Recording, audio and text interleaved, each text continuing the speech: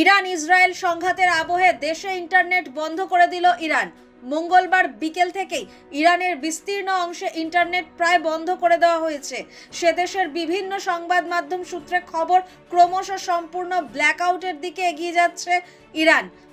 সংবাদ মাধ্যমের প্রতিবেদন অনুসারে ইসরায়েলি হামলার কারণে নয়, বরং ইরান সরকারের সিদ্ধান্তেই ইন্টারনেট বন্ধ করে দেওয়া হয়েছে। কেন্টিঙ্ক এবং নেটব্লকস নামে দুই সংস্থা সারা বিশ্বে ইন্টারনেট সংযোগের উপর নজর রাখে। তারা জানিয়েছে, স্থানীয় সময় অনুযায়ী মঙ্গলবার বিকেল 5:30টা থেকে ইরানে ইন্টারনেট সংযোগ উল্লেখযোগ্যভাবে কমে গিয়েছে। কোথাও কোথাও খুবই ধীর গতিতে পরিষেবা চলছে, তবে এর ফলে সব মিলিয়ে বহির্বিশ্বের সঙ্গে যোগাযোগ কার্যত বন্ধ হয়ে গিয়েছে ইরানিদের। অন্যদিকে অতি ধীর গতির ইন্টারনেটের কারণে বিদেশি সাইটগুলি দেখার জন্য ব্যবহৃত ভার্চুয়াল প্রাইভেট নেটওয়ার্কের মতো পরিষেবাগুলিও প্রভাবিত হয়েছে। ইন্টারনেট পরিষেবা সংস্থা ক্লাউডফ্লেয়ার জানিয়েছে, ইরানের দুটি প্রধান মোবাইল নেটওয়ার্ক সংযোগ আচমকা বিচ্ছিন্ন হয়ে গিয়েছে।